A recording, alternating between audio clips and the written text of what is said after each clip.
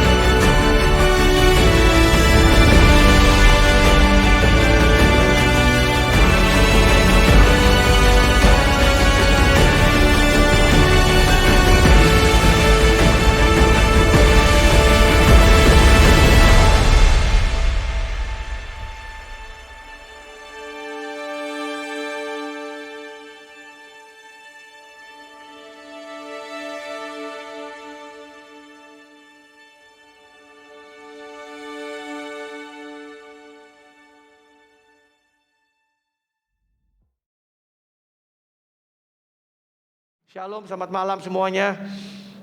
Suara saya oke? Welcome to Worship Night. Yang kedua di tahun ini. Kalau yang pertama kita lakukan Worship Night itu di bulan Februari. Dan ini yang kedua di tahun ini. Dan tema malam ini adalah The Healer. Adalah Sang Penyembuh. Coba bilang kanan kirimu, Sang Penyembuh hadir di tempat ini. Mari kita buka di Yohanes 9 ayat 1 sampai dengan 7. Saya berharap khotbah saya nggak lama, karena saya mau izinkan Sang Penyembuh itu menjamah dan melawat setiap kita. Amin. Yohanes 9 ayat 1 sampai 7 dikatakan demikian. Waktu Yesus sedang lewat, Dia melihat seorang yang buta sejak lahirnya. Saya berhenti dulu sampai sini. Jadi satu kali hari Sabat, kalau saudara baca di perikop ini, di satu hari Sabat Yesus dengan murid-murid sedang lewat dan mereka melihat seseorang yang buta sejak lahir. Dia adalah seorang pengemis yang biasanya duduk dan meminta-minta uang. Dan keadaan si orang buta ini buat dia, keadaan itu mungkin sudah keadaan yang permanen. Karena dicatat di dalam Alkitab dia buta dari sejak lahirnya. Jadi kita bisa bayangkan kalau orang sudah buta dari bayinya sampai dia menjadi orang yang dewasa. Kalau ditulis di dalam perikop ini, orang buta ini adalah orang yang sudah dewasa. Tidak dikatakan usianya berapa, tapi katakanlah berapa puluh tahun dia hidup dalam kebutaannya. Dan keadaan itu sudahlah keadaan yang permanen buat dia. Dan orang buta ini punya keadaan yang gak punya pengharapan. Tetapi ketika Yesus hadir, keadaannya yang tanpa pengharapan itu menjadi ada pengharapan. Katakan amin. Orang buta itu yang punya keadaan yang mustahil, tetapi ketika Yesus hadir di situ, keadaan yang mustahil menjadi tidak mustahil. Nah, ayat selanjutnya dikatakan yang kedua, murid-muridnya bertanya kepadanya, Rabi, siapakah yang berbuat dosa? Orang itu sendiri atau orangnya, atau sehingga ia dilahirkan buta? Murid-muridnya menanyakan alasan kenapa sih si orang ini buta dari sejak lahir. Di ayat ketiga Yesus menjawab, "Jawab Yesus, bukan dia, bukan juga orang tuanya, tetapi karena pekerjaan-pekerjaan Allah harus dinyatakan di dalam dia." Saudara perhatikan kata karena pekerjaan-pekerjaan Allah harus dinyatakan di dalam dia. Keadaan yang mustahil, keadaan yang permanen, keadaan yang tanpa pengharapan itu dapat menjadi sarana Tuhan untuk menyatakan pekerjaan dan kuasanya. Saya nggak tahu saudara sedang menghadapi masalah apa, tantangan apa yang kelihatannya mungkin nggak ada pengharapan. Keadaan yang mungkin kayaknya mustahil, kayaknya sulit deh, kayaknya susah banget deh keadaan itu. Kayaknya aku nggak melihat ada pengharapan di situ, Pastor. Aku mungkin belum melihat ada terang pengharapan. Aku melihat belum ada situasi dan keadaan yang berubah. Tapi saya mau katakan pada sore malam hari ini bahwa keadaanmu bisa menjadi sarana Tuhan untuk menyatakan kuasa dan kemuliaan-Nya. Katakan amin. Dari sini kita bisa tahu bahwa keadaan yang buruk Tuhan bisa ubah menjadi keadaan di mana orang bisa melihat Tuhan nyata ada di sana. Jadi keadaan apa yang saudara alami, season apa, musim apa yang saudara alami, saya mau kasih tahu saudara pada sore malam hari ini bahwa apapun itu, Tuhan bisa pakai itu, ubah keadaan itu untuk menyatakan bahwa Dia hadir di dalam kehidupanmu. Dan kita tahu Yesus lakukan ini berulang kali. Di dalam Alkitab dicatat berulang-ulang kali Yesus melakukan ini. Pada saat ada krisis anggur, pada saat di pernikahan di Kana. Krisis pada saat itu. Di mana pernikahan lagi meriah-meriahnya, tetapi mereka kehabisan anggur. Dan Yesus hadir di situ. Dan Yesus menyatakan kemuliaan-Nya. Pada saat ada krisis makanan, ketika ada 5.000 orang laki-laki belum termasuk wanita dan anak-anak, mereka krisis pangan pada waktu itu. Mau makan aja bingung gimana caranya kasih makan begitu banyak orang. Tapi Yesus hadir di situ. Kemuliaan Tuhan dinyatakan di situ. Ada krisis di mana saat murid-muridnya berada di dalam perahu diombang-ambingkan oleh ombak dan badai. Tapi Yesus hadir di situ. Yesus mengubah keadaan itu untuk menyatakan bahwa, "Hei, aku hadir dalam hidupmu." Yang mengerti katakan amin. Di dalam Bible ada lagi dicatat tentang bagaimana Lazarus yang bahkan sudah mati 4 hari lalu dibangkitkan. Orang berpikir bahwa Yesus itu terlambat. Tetapi Tuhan tidak pernah terlambat. Coba mengatakan kiri, Tuhan tidak pernah terlambat. Apapun keadaanmu, asal Yesus hadir dalam hidupmu. Coba mengatakan asal Yesus hadir dalam hidupmu. Saudara catat ini, ada kemuliaan yang lebih besar di dalam setiap keputusan Tuhan. There is a greater glory in every God's decisions. Jadi ada kemuliaan yang lebih besar di dalam setiap keputusan Tuhan dalam kehidupan kita. Sekalipun kita belum melihatnya, sekalipun belum kita merasakannya, sekalipun kita belum memahaminya, sekalipun yang dikerjakan Tuhan dan cara Tuhan itu berbeda dengan apa yang kita doakan, apa yang kita inginkan. Saya mau kasih tahu saudara pada malam hari ini, there is a greater glory for your life. Asal Yesus hadir di situ.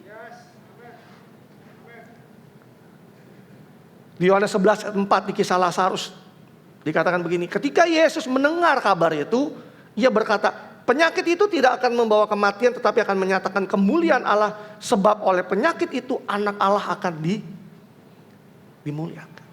Padahal pada saat itu kita tahu bahwa Yesus telah mendamparkan berita bahwa Lazarus sakit. Bisa saja dia datang lebih awal supaya Yesus menyembuhkan Lazarus dari sakit penyakitnya sehingga dia tidak perlu mengalami kematian. Tetapi yang dilakukan oleh Yesus adalah dia sepertinya berdiam diri, sepertinya menunda. Bahkan sampai 4 hari kemudian baru dia datang ke rumah Lazarus yang sudah meninggal 4 hari. Yang sudah mati 4 hari. Untuk apa? Untuk menyatakan kemuliaan Allah dan kemuliaan dari anak Allah. Manusia boleh berpikir satu hal, tetapi Tuhan berpikir lebih daripada yang kita pikirkan. Kenapa? Karena ada kemuliaan yang lebih besar yang akan Tuhan nyatakan dalam kehidupan saudara dan saya. Katakan amin. Ada satu hal yang seringkali anak Tuhan lupa, bahwa Tuhan tuh memegang kendali dalam kehidupan kita. Mau yang yes cuma beberapa orang. Ingat gak saudara bahwa Tuhan tuh pegang kendali dalam hidup kita. God is in control in our life. Kalau saudara, in case kalau saudara lupa malam hari ini, saya ingetin saudara bahwa Tuhan tuh pegang kendali dalam kehidupan kita. Kalau dia pegang kendali, artinya dia tahu segala sesuatu yang terjadi dalam hidup kita. Dia tidak tinggal diam, dia sedang mengerjakan sesuatu dalam kehidupan kita. Di Roma 8 ayat 28 saya pakai terjemahan sederhana Indonesia, dikatakan, maka yakinlah di balik segala sesuatu yang kita alami. Saya sengaja di sini saya minta bold kata segala sesuatu. Jadi saya katakan dari awal, saya nggak tahu apa yang saudara alami, tetapi segala sesuatu yang kita alami, Allah bekerja mengatur semuanya untuk menghasilkan kebaikan bagi kita yang mengasihinya, sebab kita adalah orang-orang yang sudah dipilih. Dia pilih sesuai dengan rencananya. Siapa di sini orang-orang yang mengasihi Tuhan? Angkat tangannya. Kalau saudara sadar bahwa saudara orang dikasihi Tuhan, berarti dia turut bekerja mengatur segala sesuatu untuk mendatangkan kebaikan. For the greater glory. Just in case kalau saudara lupa, Tuhan pegang kendali dalam kehidupanmu. Coba ngomong kanan kirimu, just in case kalau kamu lupa, Tuhan pegang kendali dalam kehidupanmu. Kita kembali ke kisah si anak orang buta tadi ya. Yohanes 9 ayat 4 dikatakan, kita harus mengerjakan pekerjaan Dia yang mengutus aku selama masih siang, akan datang malam di mana tidak ada seorang pun yang dapat bekerja. Yesus mengerjakan pekerjaan Bapa yang mengutusnya. Jadi kehendak Bapa itu harus terjadi. Kita tahu bagaimana cara Yesus bekerja, bahwa Dia bekerja berdasarkan apa yang menjadi kehendak Bapa. Dia gak akan melakukan sesuatu di luar daripada kehendak Bapa. Artinya kalau pada saat itu Yesus ingin menyembuhkan orang buta yang dari lahir, berarti itu udah kehendak Bapa yang harus dikerjakan oleh Yesus. Kalau pada saat itu dia harus menunda 4 hari untuk datang ke rumah Lazarus, itu adalah kehendak Bapa yang dia harus taati. Ayat selanjutnya, selama aku di dalam dunia, aku adalah terang dunia. Yesus sedang menyatakan dirinya bahwa dia terang dunia. Artinya pada saat dia terang itu datang, kegelapan itu harus pergi. Kalau Yesus ada dalam hidup saudara, terang itu dalam hidupmu, gelap itu dalam hidupmu harus pergi. Katakan amin. Ayat ke-6, setelah ia mengatakan semuanya itu, ia meludah ke tanah dan mengaduk ludahnya dengan tanah, lalu mengoleskannya pada mata orang buta itu. Ayat ke-7, dan berkata kepadanya, pergilah basuhlah dirimu ke dalam kolam Siloam. Ini bukan rumah sakit ya. Siloam artinya yang diutus. Maka pergilah orang itu yang membasuh dirinya dan kembalilah dengan mata yang sudah melek. Dari sini kita bisa belajar bahwa buat setiap kita bukan hanya sekedar Tuhan ingin pulihkan, Tuhan ingin sembuhkan, tapi Tuhan ingin mengutus setiap saudara dan saya. Apapun saudara yang alami, in the proses yang saudara harus alami, pada saat Tuhan bekerja dalam kehidupanmu, kita diutus. Bukan sekedar mengalami kesembuhan, bukan hanya mengalami sekedar mukjizat, tapi Tuhan ingin pakai hidup kita. Katakan amin. Pernah gak kepikir, kenapa kok gak langsung Yesus menyembuhkan aja sih? Kenapa sih harus capek-capek meludah ke tanah, lalu ngaduk-ngaduk di situ, lalu dioleskan ke mata, lalu dibilang ayo pergi ke kolam Siloam dan basuhkan dirimu di sana. Dari sini kita bisa belajar bahwa kita tidak bisa membatasi atau mendikte Tuhan bekerja dalam kehidupan kita. Saya ulangi sekali lagi. Di sini kita bisa belajar bahwa kita tidak bisa membatasi, kita tidak bisa mendikte, kita tidak bisa menentukan cara Tuhan bekerja dalam kehidupan kita. Karena Tuhan punya caranya sendiri dan Tuhan punya waktunya sendiri. Dia mau meludah, dia mau ngaduk, dia mau oles, dia mau suruh basuh, mau dia sembuhkan langsung. Itu adalah caranya Tuhan. Bukanlah caranya kita, bukanlah keputusan kita untuk mendikte Tuhan atau ngatur Tuhan. Tuhan, kalau mujizatmu terjadi, kalau kesembuhanmu terjadi, kalau terobosan terjadi, harusnya begini, begini, begini, begini. You get the point? Karena buat kita simpelnya, kalau orang mengalami kesembuhan, kenapa mesti capek-capek ngeludah ke tanah? Kenapa nggak langsung tumpang tangan aja supaya orang ini bisa, yang buta ini bisa melihat? Tugas saudara saya adalah untuk percaya dan taat, bukan mendikte caranya. Di dalam 1 bulan ini kita belajar tema kita di dalam gereja tentang prayer and worship. Saya ada bagikan di awal bulan, saya katakan bahwa kita boleh input kasih Tuhan, doa. Inputnya boleh dari kita, tapi outputnya adalah caranya Tuhan dan kehendaknya Tuhan dengan kita. Jadi jangan jadi anak Tuhan yang kita ingin mendikte Tuhan, mengatur caranya Tuhan, sehingga pada akhirnya membuat kita jadi kecewa. Yang mengerti katakan amin. Ayat ini panjang sampai ayat 39, makanya saya mau lompat langsung ke ayat 35 dan 39. Saudara baca sendiri di rumah bagaimana kisah si orang buta ini sembuh, lalu disidang, ditanyain sama orang-orang Farisi. Tapi saya mau saudara perhatikan ayat 35. Yesus mendengar bahwa dia telah diusir keluar oleh mereka, oleh orang-orang Farisi. Kemudian ia bertemu dengan dia, berarti Yesus datang kedua kalinya. Dan berkata, percayakah engkau kepada anak manusia? Jawabnya, siapakah dia Tuhan supaya aku percaya kepadanya? Yesus berkata kepadanya, engkau bukan saja melihat dia, tetapi dia yang sedang berkata-kata dengan engkau, dialah itu. Ayat 38. Ini yang paling powerful menurut saya. Lalu orang buta ini yang udah melihat ini berkata, aku percaya Tuhan. Lalu ia sujud menyembahnya. Kata Yesus, aku datang ke dalam dunia bukan untuk menghakimi, supaya barang siapa yang tidak melihat dapat melihat, dan supaya barang siapa yang dapat melihat menjadi buta. Dengan kata lain, orang yang buta akan melihat, tetapi orang yang menganggap dirinya bisa melihat akan menjadi buta. Setiap kesembuhan, setiap mujizat, setiap terobosan itu sesungguhnya adalah sarana Tuhan atau akses yang Tuhan berikan buat setiap kita untuk melihat Tuhan, berjumpa dengan Tuhan, mengalami Tuhan, mengenal Tuhan, mengenal Sang Penyembuh, mengenal the healer, menyembah pembuat mujizat itu sendiri, yaitu Yesus. Jadi kalau kita dalam hidup ini mengalami terobosan, pertolongan, mujizat Tuhan, itu adalah sarana dan akses buat setiap saudara dan saya untuk bisa mengalami dan mengenal dan melihat Sang Penyembuh itu sendiri, yaitu Yesus.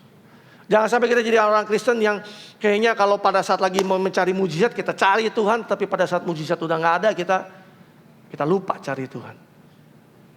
Pada saat kita sedang membutuhkan sesuatu kita cari Tuhan, kita nangis-nangis, kita datang ke ibadah, kita rajin ibadah, tapi pada saat sudah kita menerima mujizat, mengalami kesembuhan, mengalami terobosan, kita lupa dengan Sang Pemberi mujizat atau Sang Penyembuh itu sendiri. Katakan amin.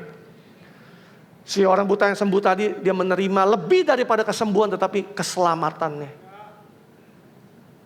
Karena keselamatan yang diterimanya jauh lebih penting daripada sekedar kesembuhan atau matanya yang boleh melihat. Saudara catat baik, mengalami dan mengenal pribadi Sang Penyembuh itu jauh lebih penting daripada kesembuhan itu sendiri. Saya gak bilang bahwa kesembuhan itu gak penting, tetapi yang paling penting, lebih penting daripada itu, saudara mengenal Sang Penyembuh itu sendiri, the healer. Katakan amin. Banyak orang, anak-anak Tuhan, mengejar apanya daripada siapanya. Kalau kita boleh jujur dengan diri kita sendiri, sering kali yang kita cari justru adalah apanya, bukan siapanya. The healer or the healing? The blesser or the blessing? The miracle workers or the miracle? Tanyakan sendiri sama diri saudara masing-masing.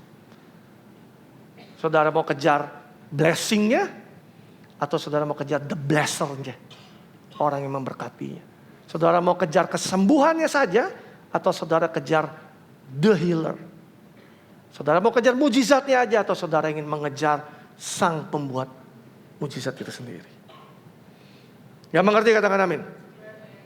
Di awal tahun ini, satu waktu saya melayani saudara sepupu saya pernah cerita dengan beberapa orang. Jadi saudara sepupu saya ini mengalami sakit penyakit yang cukup parah. Dia mengalami cancer. Sampai dia harus dioperasi, kepalanya dibuka, batok kepalanya beberapa kali. Di kemoterapi berkali-kali. Di Januari, pada saat kesempatan, saya pernah cerita ini kalau nggak salah. Saya pernah kesempatan lalu saya ajak anak saya paling besar nonton Coldplay di Singapura.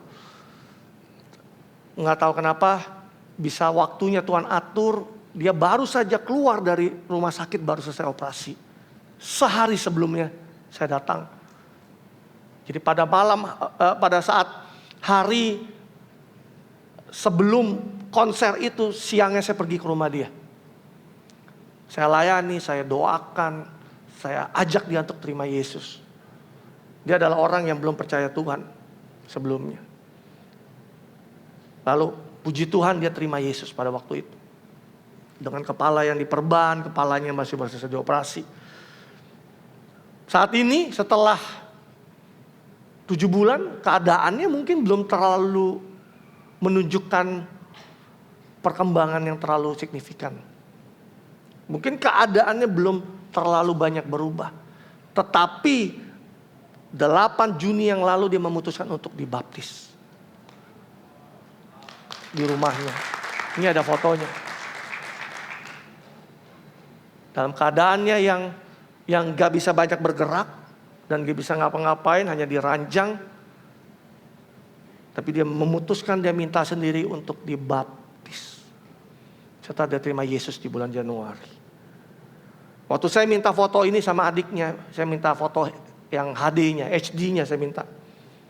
Saya bilang kehidupan cicimu akan menjadi kesaksian buat ibadah The Healer pada hari ini.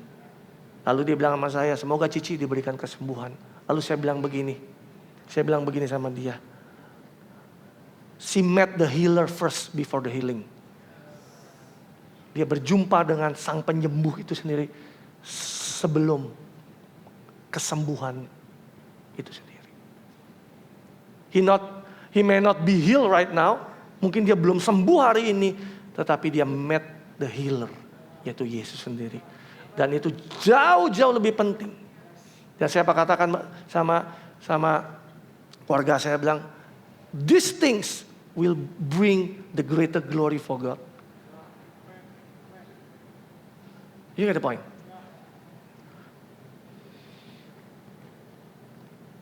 Jadi the healer, mengalami perjumpaan the healer itu, sang penyembuh itu, is far more important. Jauh lebih penting daripada sekedar kesembuhan. Bukan berarti kesembuhan itu gak penting. Bukan kalau kesembuhan kita gak perlu. Tapi kita harus mengejar sang penyembuh itu, yaitu Yesus sendiri. Maka tadi waktu kita menyembah, saya nangis di situ. Yesus, Yesus. Karena hanya Yesus. Karena hanya dialah kita kumpul pada sore hari ini. Katakan amin. Waktu mempersiapkan khotbah ini, saya juga mendapatkan bahwa kesembuhan yang Tuhan mau kerjakan bukan hanya soal kesembuhan secara fisik di tubuh, tapi juga kesembuhan hati maupun mental. Di Ibrani 12 ayat 15 dikatakan demikian. Jagalah supaya jangan ada seorang pun yang menjauhkan diri dari kasih karunia Allah, agar jangan tumbuh akar pahit yang menimbulkan kerusuhan dan yang mencemarkan banyak orang. Dikatakan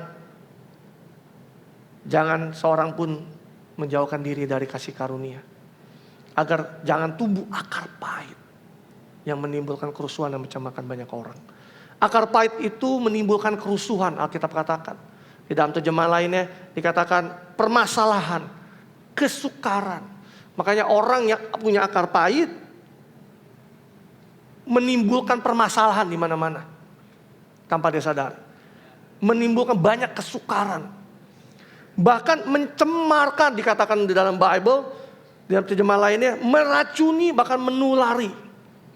banyak orang. Orang yang menjauh dan meninggalkan kasih karunia dan timbul akar pahit, dia bisa mencemarkan banyak orang. Sama seperti waktu COVID. Saudara ingat waktu zaman COVID di sini? Siapa yang kemarin waktu COVID pandemi ngalami COVID, kena COVID, angkat tangannya. Wow, hampir semua, sebagian kita ngalami COVID. Saya juga ngalami COVID. Pada saat kita ngalami COVID, kita ketemu orang lain dengan mudah. COVID itu bisa menular kepada orang lain, meracuni, mencemari. Demikian Bible katakan tentang orang yang punya akar pahit. Akar pahit itu datang dari luka yang gak sembuh. Karena luka itulah hidup gak bisa maksimal. Contohnya, kalau tangan kita terluka, kita gak bisa pakai tangan kita dengan maksimal. Minggu ini kita dapat kabar Lamria mengalami kecelakaan. Saya lihat di Instagramnya, wah bonyok juga tangannya. Hari ini dia hadir. Dengan keadaannya yang tangan dia yang masih memar-memar terluka. Luka yang seperti itu membuat dia gak bisa maksimal dalam menggunakan tangannya. Betul apa betul? Kalau kita punya luka di kaki, maka kita gak bisa maksimal menggunakan kaki kita. Kalau kita punya luka di dalam hati, kita gak bisa maksimal dalam hidupan kita. Luka itu mencemarkan hidup kita sebelum mencemarkan orang lain. Apalagi pada saat itu ketika sudah terjadi melahirkan akar pahit dalam kehidupan kita. Sekali lagi saya katakan bahwa luka itu akan mencemarkan diri kita sendiri sebelum itu mencemarkan orang lain ketika sudah menjadi akar pahit. Dan membuat hidup kita menjadi lebih buruk dan semakin buruk. Kita tahu kalau luka gak pernah dibersihkan atau tidak mau dibersihkan, yang terjadi berikutnya apa? Infeksi. Kalau infeksi terjadi, apa yang terjadi? Saudara mulai demam, saudara mulai gak enak badan saudara. Pada saat infeksi saudara biarkan, yang terjadi berikutnya pembusukan. Betul? Kalau pembusukan dibiarkan, berikutnya adalah kematian yang bisa datang. Jadi luka yang gak disembuhkan itu bisa menyebabkan akar pahit, bahkan menyebabkan kematian. Makanya kalau orang yang mengalami luka, kalau didiamkan, dia bisa sampai mengalami kematian dalam imannya. Nggak heran orang-orang anak-anak Tuhan, anak Kristen yang tadinya begitu on fire, begitu luar biasa, tapi mengalami luka dan nggak pernah dibersihkan, diberesin, mengalami kematian dalam imannya, mengalami proses yang selalu naik turun, imannya nggak bertumbuh, kerohaniannya nggak bertumbuh, kasihnya menjadi dingin, imannya menjadi dingin. Kristen sih Kristen, mungkin pelayanan sih pelayanan kalau di dalam gereja, tapi dingin, lama-lama imannya mati. Dikatakan janganlah supaya jangan ada seorang pun menjauhkan diri dari kasih karunia Allah. Orang yang punya akar pahit itu menjauhkan diri dari kasih karunia Allah. Saya catat baik. Bukan berarti bahwa kasih karunia Allah tidak tersedia dalam kehidupan dia, bukan. Tetapi dia gagal menerimanya karena ada akar pahit dalam kehidupannya. It's just like a stumbling block dalam kehidupannya. Membuat kasih karunia Allah itu yang harusnya saudara terima, block, stuck dalam kehidupanmu. Saudara gak bisa mengalami dan menikmatinya.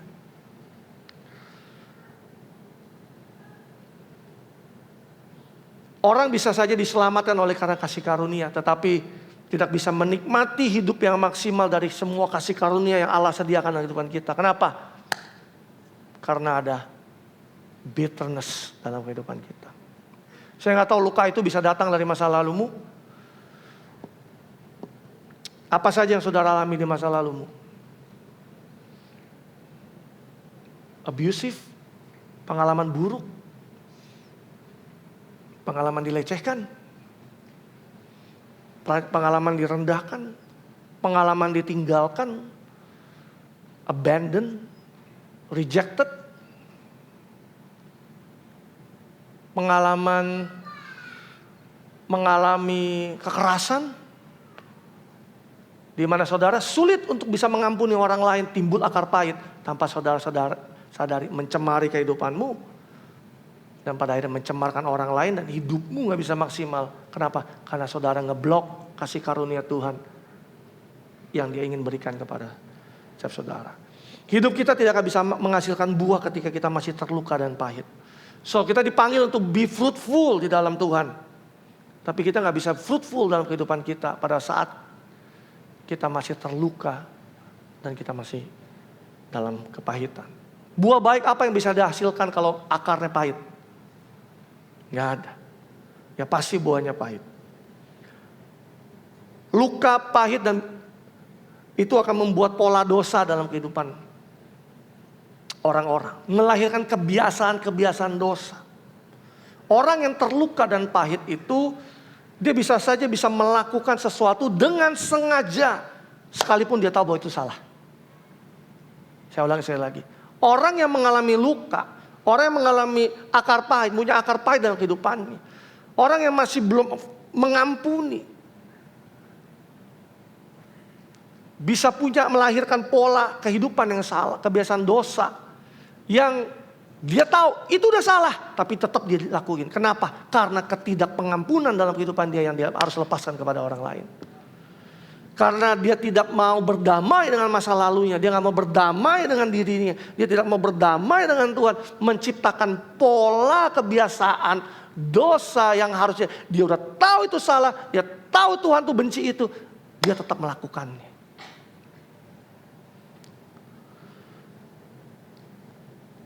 Karena apa? Karena tadi saya katakan apapun. Rasa ketertolakan, rasa ditinggalkan, unforgiveness, mengalami kekerasan, abusive secara verbal, secara fisik, secara seksual mungkin. Yang kalau kita gak mau melepaskan pengampunan dan meninggalkan masa lalu kita itu, maka akar pahit itu tanpa kita sadari, itu akan merambat dalam kehidupan kita. Kita pikir kita baik-baik saja, tapi kita lihat bahwa kehidupan kita gak akan pernah bisa mengalami pertumbuhan. Saudara tahu kenapa disebutnya akar pahit bukan buah pahit?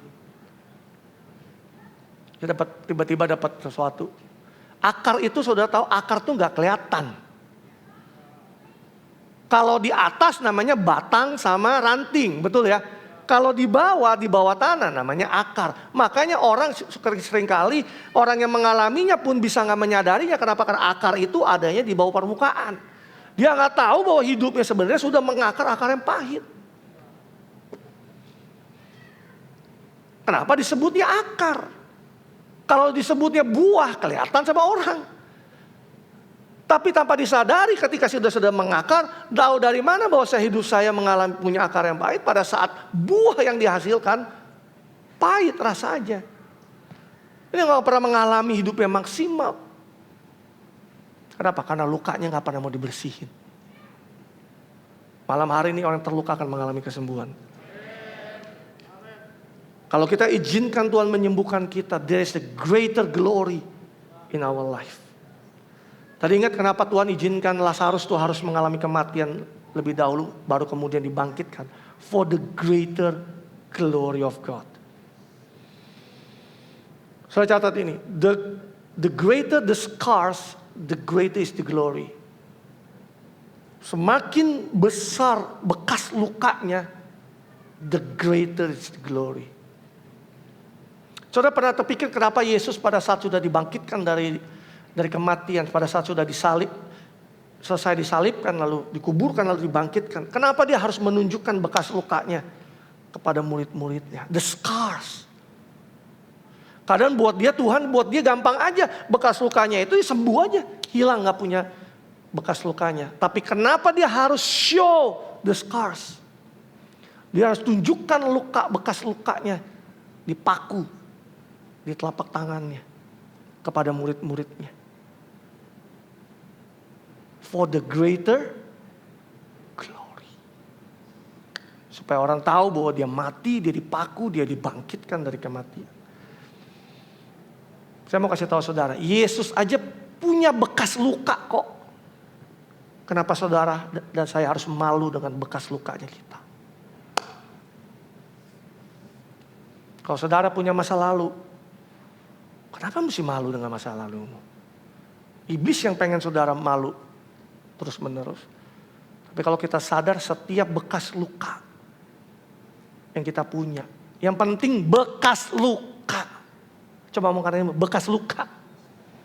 Bukan luka. Kalau luka berarti masih terbuka, belum sembuh. Kalau bekas luka, itu akan mendatangkan kemuliaan buat Tuhan. Saudara nggak tahu saudara punya pengalaman apa masa lalumu. Tapi kalau saudara izinkan Tuhan menyembuhkanmu pada malam hari ini, sehingga luka itu tertutup dan sembuh. Next time itu jadi bekas luka. Dan saudara gak pernah perlu malu dengan bekas lukamu. Karena kemuliaan Tuhan bisa dinyatakan lebih dengan bekas lukamu. Yang terpenting adalah luka itu tidak menimbulkan rasa sakit lagi. Saudara tahu kalau orang pernah jatuh dari motor, luka. Mungkin lamria sedang ini lagi pemulihan. Mungkin ada bekas goresan. Yang penting pada saat kita tahu, kita pegang, kita sentuh, itu udah gak sakit lagi. Berarti luka itu udah sembuh. Yang tersisa adalah bekas luka. We have many reasons to be bitter. But I refuse to be a bitter person. Kita punya begitu banyak alasan untuk bisa pahit. Tapi aku menolak untuk menjadi orang yang pahit. Saya tahu bahwa kadang hidup itu terlihat sepertinya gak adil. Kenapa saya harus alami ini? Kenapa orang lain enggak? Makanya pada malam hari ini, sebagai closing, berdamailah dengan dirimu, berdamai dengan masa lalumu, berdamailah dengan Tuhan. Kalau saudara masih merasa, kenapa aku harus alami? Kenapa bukan dia? Kenapa harus... Saudara gak berdamai. Tapi kalau saudara berdamai dengan dirimu, saudara berdamai dengan Tuhan, berdamai dengan masa lalumu, lukamu bisa mendatangkan kemuliaan yang lebih besar. Terakhir saya mau cerita tentang Yusuf.